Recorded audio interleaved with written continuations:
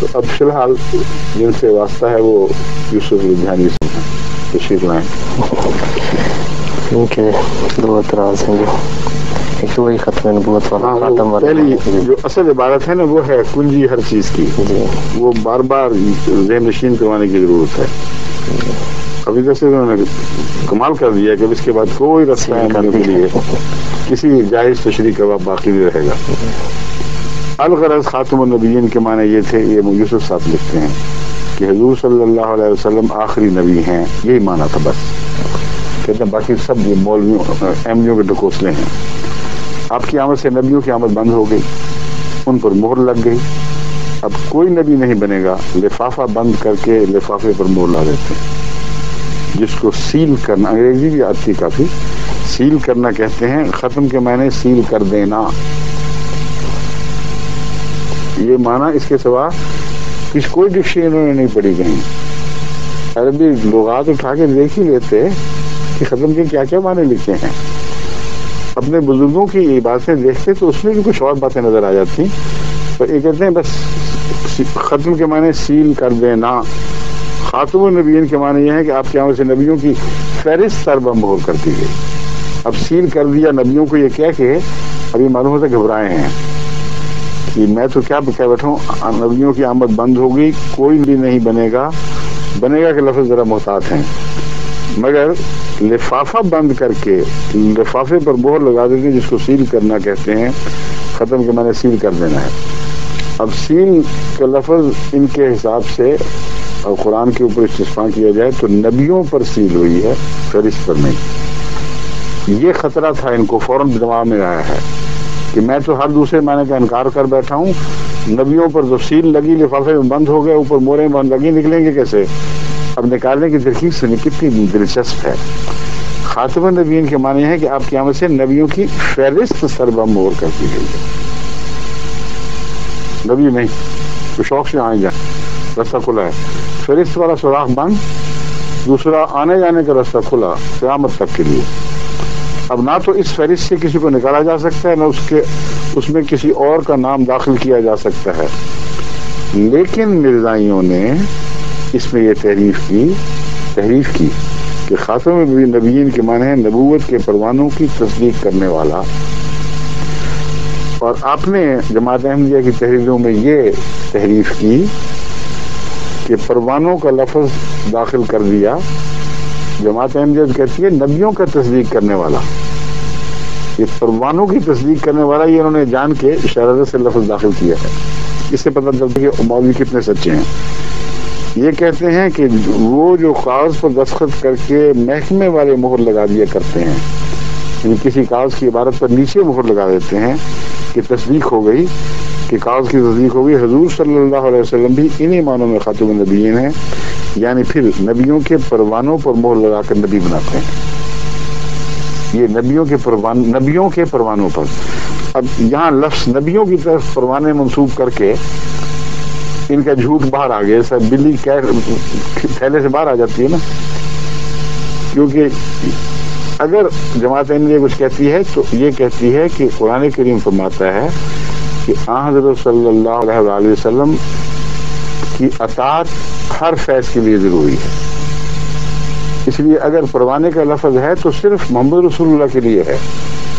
نبیوں کے پروانوں کا تو کہیں ذکر ملتا ہی نہیں جماعت احمدیہ کی تاریخ میں، نبیوں کا ملتا ہے جو جائز ہے۔ قرآن کریم میں نبیوں کا لفظ ہے، ہم بھی کہتے ہیں ہاں نبیوں پر کی تصدیق کرنے والا۔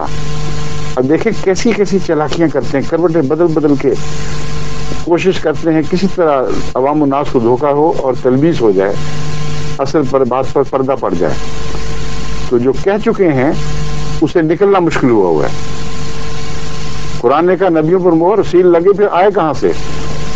اب نکالنے کی خاطر سارے چکر چلائے، احمدیوں کی طرف جھوٹ باتیں منسوخ کی، اور پھر آخر یہ کہنا پڑا کہ خاتم النبی ہیں، یعنی نبیوں کے پروانوں پر مہر لگا کر نبی بناتے ہیں۔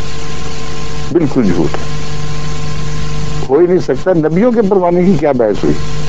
نبیوں کے پروانے تو عیسائی بھی ہیں، یہودی بھی ہیں، سارے ہیں۔ ہم تو کہتے ہیں من یطع اللہ والرسول، جو اللہ اور اس رسول محمد کا عاشق ہوگا اور عاشق صادق ہوگا اطاعت میں درجہ کمال کو پہنچے گا.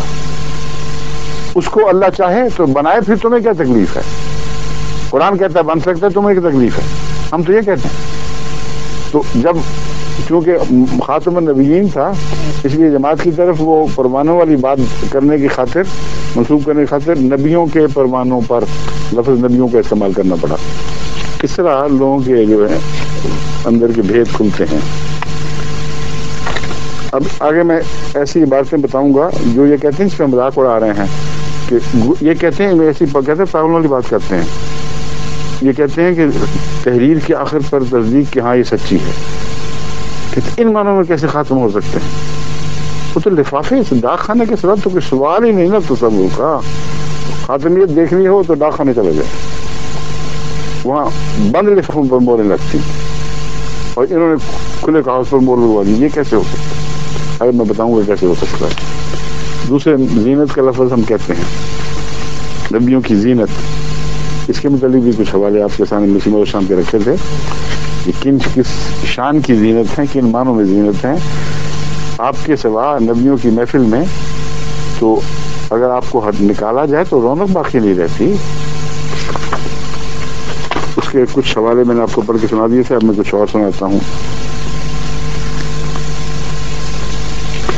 ایک یہ بھی بتا دوں کہ مسیح علیہ السلام نے جس عشق اور محبت کی اور فراست اور عرفان کی نظر سے حضرت محمد مصطفیٰ صلی اللہ علیہ وسلم کو دیکھا ہے، آپ کی وہ تحریریں پڑھیں تو مسلمان بھائی، جن میں حضرت صلی اللہ علیہ وسلم کا تعارف کروایا گیا ہے. یعنی تعارف تو خدا نے قرآن میں کروا دیا، لیکن اس کی تفاصیل سنت میں بھی ملتی ہیں. لیکن ان کو سمجھنے کے لیے بھی ایک ایسے دل کی ضرورت ہے جو محمد رسول اللہ علیہ وسلم کے عشق میں مبتلا ہو، کیونکہ یہ وہ قصے ہیں جو عشق کے بغیر نصیب نہیں ہو سکتے، اس کا عرفان مل نہیں سکتا، اور عشق کے بغیر آنکھیں اس کو پا نہیں سکتی. حسن کی تلاش ہے تو عاشق ہی حسن کے ہر مقام، ہر سر تک جا پہنچے گا، ورنہ دوسرا آدمی جس کو عشق نہیں ہے اس کو کیا ضرورت ہے اترے قریت کرے، پتہ کرے اس حسن کے کون کون سے پہلو کہاں کہاں مخفی چھپے ہوئے ہیں. بس حضرت مسیح علیہ السلام کی آنکھیں وہ ہیں جنہوں نے محمد مصطفیٰ صلی اللہ علیہ وسلم کو بے پناہ عشق کے ساتھ دیکھا ہے، اور جو کچھ پایا ہے وہ آپ کے قلم سے پڑھیں، آپ کی زبان سے سنیں، آپ کی آنکھوں سے دیکھیں تو دل بے اختیار عاشق ہو جاتا ہے. فرماتے ہیں چون دو چشمم کسنا داند آ جمال جانم من قربان آ شمس الکمال. کہ میری دو آنکھوں کی جیسا تو کسی نے آپ کا جمال نہیں دیکھا. میری جان قربان اس کمال کے سورج پر. ہم چنی عشقم بروئے مصطفیٰ دل پرد چوں مرخ روئے مصطفیٰ. ایسا ہی عشق ہے میرا مصطفیٰ کے لیے، بروئے مصطفیٰ، اس کے چہرے کا، کہ میں ایسا عاشق ہوا ہوں یا اس کی سمت ایسا عاشق ہو کر جا رہا ہوں کہ دل پرد چوں مرخ سوئے مصطفیٰ، کہ دل مصطفیٰ کی جانب اس طرح جا رہا ہے جس طرح پرندہ اڑتا ہوا جا رہا ہو. تا مرا دادن از حسنش خبر شد دلم از عشق او زیر و زبر.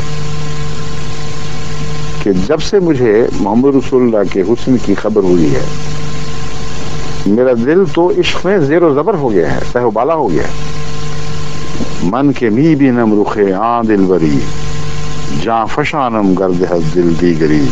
میں تو اس دل بر کا چہرہ دیکھ رہا ہوں، اگر کوئی اسے دل دے دے تو اس کے مقابلہ پر جان نثار کرنا کوئی چیز نہیں. اب بعض دوسرے علماء کا حوالہ بھی بیچ میں پڑھتا جاؤں، ملا جلا کر میں نے رکھ دیا ہے کہ ایک ہی دفعہ ایک ہی صرف مسیح شام کے تذکرے نہ ہوں، اس کے بعد ان سے جو بیچ میں کچھ پرانے بزرگوں کا بھی ذکر چلے، وہ بھی تو کچھ کہہ رہے تھے. حضرت القاضی الحافظ المحدث محمد بن علی شوقانی الیمانی الصنعانی رحمۃ اللہ علیہ المتوفى 1250 ہجری فرماتے ہیں انہ الشعراء کالخاتم الذی یتختمون به ویتزینون بکونہ منہ. فتح القدیر جلد 4 صفحہ 276. اور فتح القدیر کے نام سے تو ہمارے ساتھ ضرور واقف ہی ہوں گے، پڑھی بھی ہوگی ہو سکتا ہے. حضرت صلی اللہ علیہ وسلم انبیاء علیہ السلام کے لیے بمنزلہ ایک انگوٹھی قرار پائے. یتختمون بہی، جس سے مہر لگائی جاتی ہے. فرماتے ہیں ایک انگوٹھی قرار پائے. اب خدا تعالیٰ نے دوسری مہر کیوں نہیں بتا دی جو ڈاکخانے میں جب وہ کیا وہ انگلیوں میں انگوٹھیاں پہن کے یوں مہریں لگاتے ہیں؟ کئی مولوی نے دیکھا کسی ڈاکخانے کے کارکن کو کہ انگوٹھی والی مہریں لگاتا ہو؟ اس لیے کہ مہر میں بہت سے معنی ہیں اور انگوٹھی کی والی مہر میں معنی ہے، ہر مہر میں وہ معنی نہیں ہے. انگوٹھی کی مہر کی جو شان ہے وہ تو بات ہی اور ہے. وہ زینت بخشتی ہے مہر جس کا احاطہ کیے ہوئے ہے. بس انبیاء کی محفل کا محمد رسول اللہ علیہ وسلم کو حسن احاطہ کیے ہوئے ہے، اور مہر لگتی ہے تو نفس اور دل ساتھ شامل ہوتا ہے. انگلی کے ساتھ مہر لگانا کہاں اٹھایا ٹھپا اور ٹھوک دیا، زمین آسمان کا فرق ہے. جو کہتے ہیں وہ انگوٹھی کے قرار پائے جن سے انبیاء کی صداقت پر مہر لگتی ہے. اب بتائیں انبیاء کی صداقت پر مہر لگوائی کہ نہ؟ ان بزرگوں نے وہی بات کی جو احمدیہ جماعت کہتی ہے. اب ہنسے مولوی صاحب بیٹھ کے، اتنی دیر سے میں ان کے پیچھے پڑا ہوں، تھوڑی دیر میرے پیچھے پڑے ہوئے تھے، تھوڑا سا میں نے بھی ان کو مزہ دکھایا ہے، غمگین ہو گئے ہوں گے. اب میں ہنسانے کے لیے لطیفہ بتا رہا ہوں ان کو کہ جہاں جماعت احمدیہ پہ اب خوب کہے مارتے ہیں کہ دیکھو جی کیا میں نے لے رہے ہیں. اب قاضی الحافظ المحدث محمد بن علی شوقانی الیمانی وغیرہ وغیرہ، اب ان پر بھی تھوڑی دیر ہنس لیجیے، آپ کی طبیعت ذرا بشاش ہو جائے، تھک گئے ہوں گے.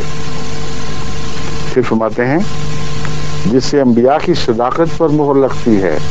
پروانوں کا نہ انہوں نے ذکر کیا نہ ہم نے کیا. نیز یہ امر انبیاء کے لیے باعث زینت ہے، جو میں نے کہا تھا انگوٹھی احاطہ کر کے زینت بچتی ہے. تو چونکہ انبیاء کا احاطہ کیے ہوئے محمد رسول اللہ صلی اللہ علیہ وسلم کی مہر، اس لیے آپ نے انبیاء کو ایک زینت عطا کر دی ہے. حضرت مسیح علیہ السلام کا کچھ فارسی کلام بھی سن لیجیے. نہ یہ عربی کلام ہی ہے. پہلا فارسی تھا، پہلا فارسی، اب عربی کلام ہے. یا للفتى ما حسنه وجماله ریاہ یسبی القلب کالریحان. اے وہ جوان مرد کیسے حسن و جمال والا ہے، جس کی خوشبو دل کو ریحان کی طرح مو لیتی ہے. اگر آپ باغوں میں جائیں اور وہاں مہندی کے پھول کھلے ہوئے ہوں تو بڑی بھینی بھینی خوشبو اٹھتی ہے، بہت ہی پیاری اور دل لبھانے والی ہے. تو کہتے ہیں واہ واہ کیا جوان ہے میرا آقا، میرا مولا، میرا محبوب محمد صلی اللہ علیہ وسلم، کیسے حسن و جمال والا ہے، جس کی خوشبو دل کو ریحان کی طرح مو لیتی ہے. وجہ المہیمن ظاہر فی وجہی وشؤونہ لمعت بہذا الشان. آپ کے چہرے پہ خدا کا چہرہ نمایاں ہے. وجہ المہیمن ظاہر فی وجہی وشؤونہ لمعت بہذا الشان. اور اللہ کی شانیں، اللہ جو ہر وقت اپنی صفات کے جو رنگ بدلتا ہے، وہ محمد رسول اللہ کی شان میں جلوہ گر ہو رہی ہیں. جیسے اللہ اپنی صفات کے حسن کو چکر میں دیتا ہے، جیسے ایک خوبصورت روشنی ایسے روشن دان میں ہو جو بہت زینت والا ہو، وہ جب چکر میں آتا ہے، جیسے فانوس چکر میں آتا ہے، تو بڑے بڑے رنگ پیدا ہوتے ہیں. روشنی اپنی جگہ پہ رہتی ہے. اس مضمون کو ایک شاعر نے یوں بیان کیا ہے کہ لو شمع حقیقت کی اپنی ہی جگہ پر ہے، فانوس کی گردش سے کیا کیا نظر آتا ہے. تو اللہ کی ذات و تبدیل نہیں ہوتی، فانوس کی گردش سے دکھائی دیتا ہے. آج دنیا میں محمد رسول اللہ وہ فانوس ہیں جن کے اندر خدا کا نور روشن ہے، اور آپ کی گردش کے ساتھ خدا کی مختلف شانیں دکھائی دے رہی ہیں. یہ وہ قرآن کا بیان کیا وہ مضمون ہے جس کو حضرت مسیح علیہ السلام نے اس عشقیہ شعر میں ڈالا ہے. وجہ المہیمن ظاہر فی وجہہ. محمد رسول اللہ کے چہرے میں اللہ کا چہرہ روشن ہو رہا ہے. اور خدا کی ہر آن بدلتی ہوئی شانیں آپ کی شان میں ظاہر ہو رہی ہیں. فلذا یحب ویستحق جمالہ ویستحق جمالہ شغفا بہ من زمرۃ الاخدان. تو اس لیے یحب چاہیے تھا, اچھا یحب ہی ہے, معاف کرنا.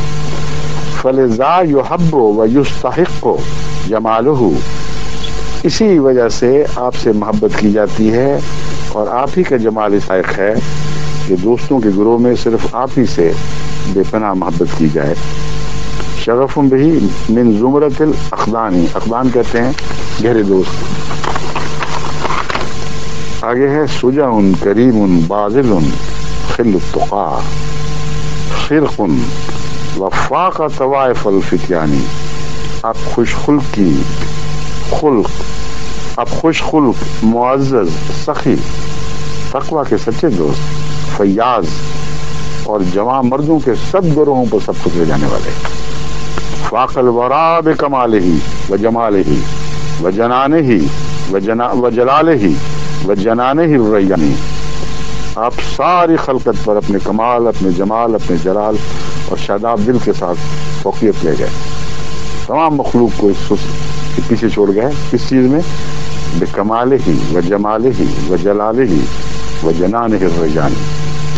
لا شک ان محمدا خیر الورا ریق الکرام ونخوۃ الاعیان. بے شک حضرت محمد مصطفیٰ صلی اللہ علیہ وسلم تمام مخلوقات میں سب سے اوپر ہیں, سب سے بالا ہیں, سب سے اچھے ہیں, موجودین میں سے برگزیدہ اور سرداروں میں سے منتخب وجود. تمت علیہ صفات کل مزیت مزیت تمت علیہ صفات کل مزیت مزیت تمت علیہ صفات کل مزیت ختمت بہی نماء کل زمانی. ہر قسم کی فضیلت کی صفات آپ پر اپنے کمال کو پہنچ گئی. یہ ہے خاتمیت. ہر قسم کا حسن, ہر قسم کی صفات حسنہ آپ کی ذات میں اپنے کمال کو پہنچی ہیں. آپ نہیں آئے تھے تو ان کے قد چھوٹے تھے. جو نسبتاً کم قد آور لوگ تھے ان میں وہ صفات بھی ایک خاص مقام سے آگے نہیں بڑھ سکی. آپ آئے تو وہاں تک جہاں پہنچی جس کے بعد خدا کی حد شروع ہوتی ہے, جہاں سدرۃ المنتہا ہے. یہ مضمون ہے کہ آپ نے ہر صفات حسنہ کو معراج عطا کر دیا. آپ ہی بلند نہیں ہوئے بلکہ تمام صفات حسنہ بلند ہوئی. واللہ ان محمدا کرضافت وبہ الرسول بسدۃ سلطانی. کہ خدا کی قسم محمد مصطفیٰ صلی اللہ علیہ وسلم بے شک اللہ کے نائب ہیں اور آپ ہی کے ذریعے سے دربار شاہی تک رسائی ہوتی ہے. اس کے بغیر اس دربار تک رسائی ممکن نہیں. حضرت امام محمد بن عبد الباقی کی بات سن لیجیے. زرقانی کے نام سے آپ مشہور ہیں عالم اسلام میں. جسے بھی کچھ تھوڑا بہت اسلام کے علم کا, اسلام کے دین کا کچھ واقفیت کا دعویٰ ہو, وہ زرقانی کے نام سے ضرور واقف ہوگا. اور متوفہ 1122 1710 عیسوی. اور ابن عساکر کا بھی یہی قول ہے. دونوں اس قول میں مشترک ہیں. فَمَانَاهُ أَحْسَنُ الْأَنْبِيَاءِ. خاتم کا کیا معنی ہے؟ وہ ڈاکخانے والا نہیں جو مولوی صاحب کہتے ہیں. کہتے ہیں فَمَانَاهُ أَحْسَنُ الْأَنْبِيَاءِ. خاتم کا معنی ہے سب نبیوں میں سب سے زیادہ خوبصورت. خلقاً و خلقاً, ظاہری لحاظ سے بھی, جسم کے لحاظ سے بھی, وہ خلقاً اور سیرت کے لحاظ سے بھی. لأنه صلی اللہ علیہ وسلم جمال الانبیاء. محمد مصطفیٰ صلی اللہ علیہ وسلم تو انبیاء کا جمال ہیں. کالخاتم الذی یتجمل بہ. یہاں مور والی بات ہی چھوڑ دی ہے. کہتے ہیں اس خاتم کی طرح جس سے حسن حاصل کیا جاتا ہے, جس سے حسن عطا ہوتا ہے, بس محمد رسول اللہ علیہ وسلم حسن کے خاتم ہیں. اب بتائیں مولوی صاحب، ہاں ان کو ہنسی موقع بڑا اچھا، ہنسیں ان پر بھی، یہ دیکھو کیسی کیسی باتیں کر رہے ہیں، یہ علماء بزرگ کہلا رہے ہیں، ان کو حق کیا ایسی باتیں کرنے کی۔ حضرت مسیح موعود علیہ السلام کی اب ایک عبارت سن لیجیے، جب ہم انصاف کی نظر سے دیکھتے ہیں تو تمام سلسلہ نبوت میں سے اعلیٰ درجہ کا جوان مرد نبی اور زندہ نبی اور خدا کا اعلیٰ درجہ کا پیارا نبی صرف ایک مرد کو جانتے ہیں، یعنی وہی نبیوں کو سردار، رسولوں کا فخر، تمام مرسلوں کا سرتاج، جس کا نام محمد مصطفیٰ احمد مجتبیٰ صلی اللہ علیہ وسلم ہے۔ یہ ہے حضرت مسیح علیہ السلام کی آنکھوں میں حضرت محمد رسول اللہ علیہ وسلم کا حسن، آپ کا مرتبہ، آپ کا مقام۔ اب ہنسیں جتنا چاہیں، گالیاں جس کو دینی ہے دیں، لیکن کوئی شریف نفس انسان جو یہ تحریریں پڑھے، جو عشق محمد مصطفیٰ صلی اللہ علیہ وسلم میں اپنی بات کو ختم تک کر دے اور اس پر بات ختم ہو جائے، اس کو جو زبان گالیاں دیتی ہے، مجھے سمجھ نہیں آتی وہ زبان ہے کیا چیز۔ حیرت ہوتی ہے اس زبان کو دیکھ کر، کس بے حیائی سے وہ زبانیں چلتی ہیں، جھاگیں منہ سے نکلتی ہیں، اور لوگوں کو ان پر نہیں، ان کے ماننے والوں پر لانتیں ڈالتے ہوئے ان کے قتل کی تلقین کی جاتی ہے۔ کہتے ہیں ان کی جانیں حرام ہو چکی ہیں، ان پر حرام، ہم پر حلال ہو چکی ہیں۔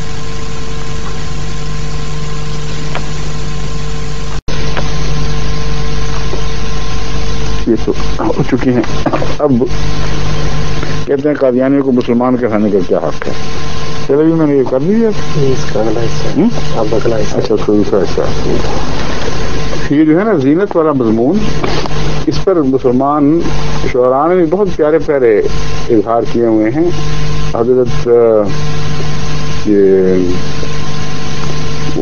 ان کا ہے خسرو کا جو شب بودم من جائی، شب جائی کے من بودم، وہی پڑھنے والا کلام ہے، بہت ہی پیارا ہے، وہ تو یونیورسٹی کا الہامی کلام ہے، اور اس میں یہی منظر ہے کہ خدا خود میرے مجلس بود، شب جائی کے من بودم، محمد شمع محفل بود، شب جائی کے من بودم۔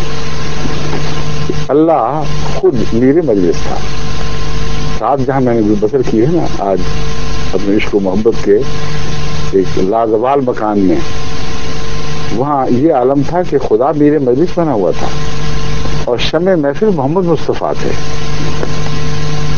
اگر اس شمع کو دور کرتے تو کون سا حسن دکھائی دیتا،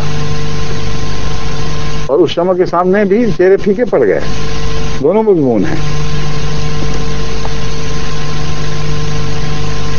جیسے ایک اور اردو شاعر نے کہا ہے، رات محفل میں تیرے حسن کے شعلے کے حضور، شمع کے منہ پہ جو دیکھا تو کہیں نور نہ تھا۔ وہاں وہ کہتا ہے کہ میرا محبوب تو ایسا روشن ہے کہ اس کا جب حسن جلوہ گر ہوا تو شمع کے منہ پہ دیکھا تو کہیں نور نہ تھا۔ تو یہ مضمون اور آگے بڑھ گیا ہے ایک معنی میں۔